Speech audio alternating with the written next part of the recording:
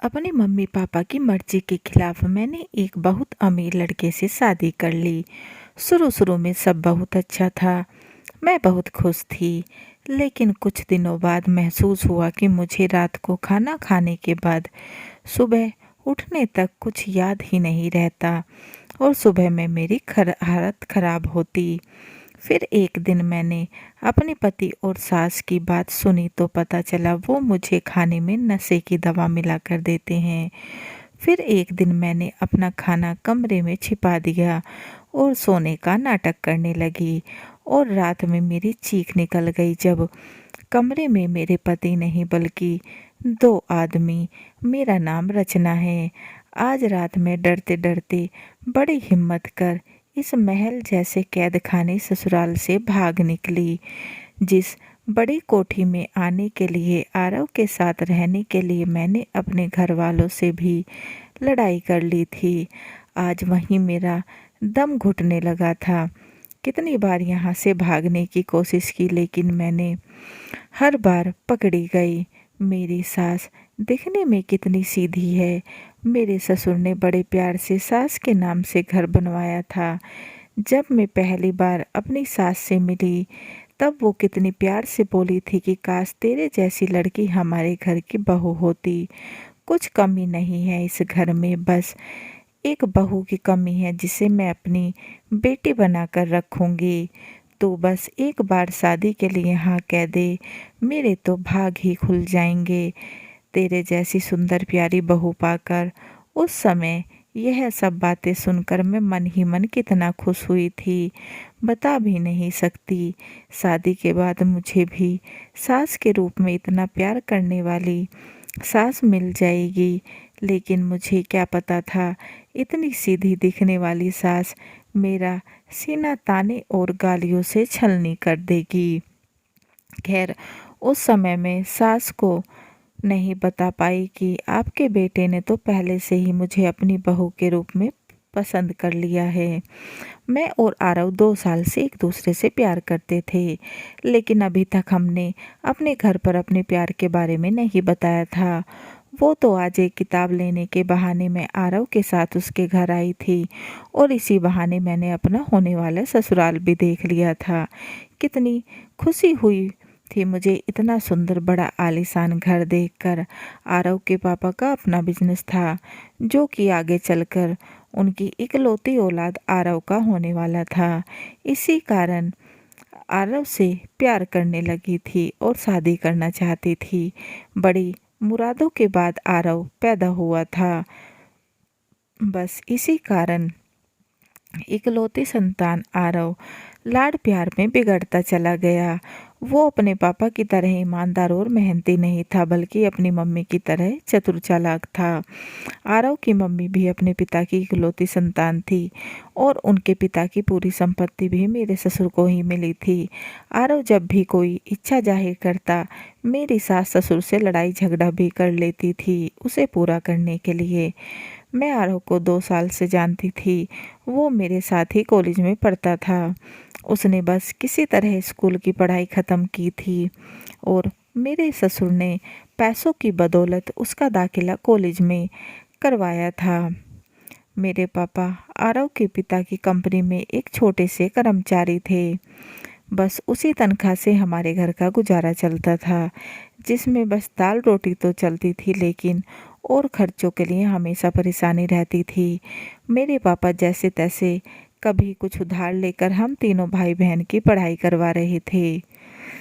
घर में हा, हालात में अच्छे से जानती थी। मैं जानती थी कि इतने बड़े कॉलेज की फीस मेरे पापा नहीं दे पाएंगे, लेकिन मेरे तो बचपन से ही बड़े शौक थे।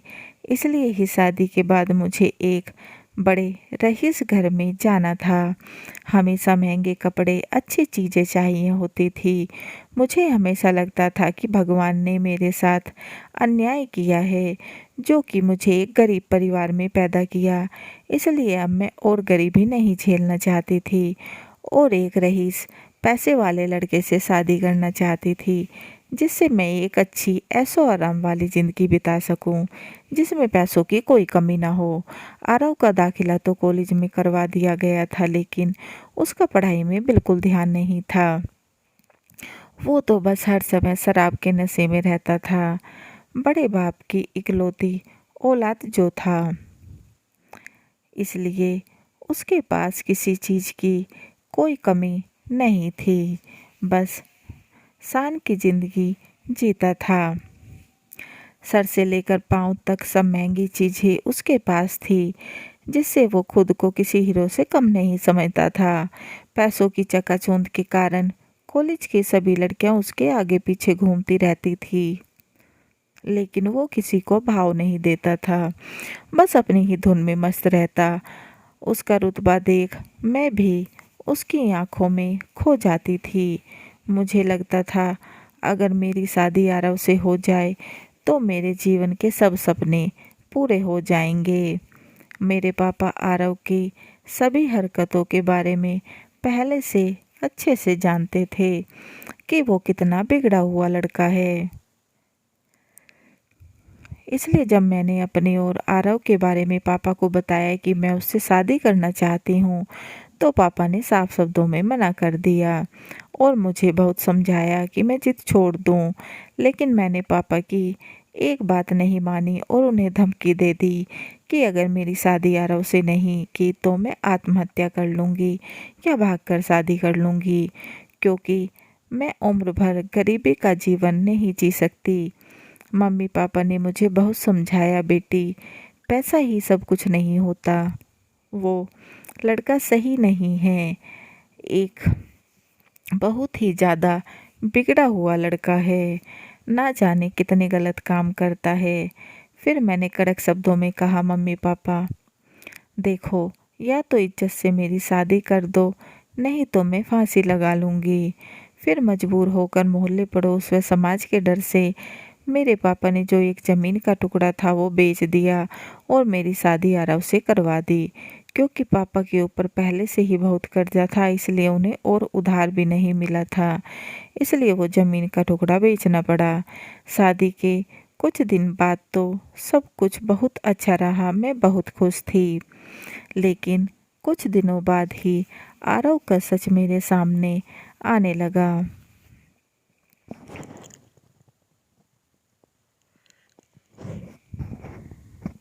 अब धीरे धीरे वो घर पर भी रोज शराब पी कर आने लगा और मेरे साथ मार पिटाई व गाली गलौज भी करने लगा। मैं आरव की शिकायत करती भी तो किससे? मेरे ससुर तो पहले से ही 1 साल से विदेश में थे और मेरी सास तो अपने बेटे के बारे में एक शब्द भी नहीं सुनना पसंद करती थी। वो गलत हो या सही, मेरा जीवन नर्क बन चुका था। फिर बस समय ऐसे ही बीत रहा था और एक दिन तो आरव ने सब हद पार कर दी।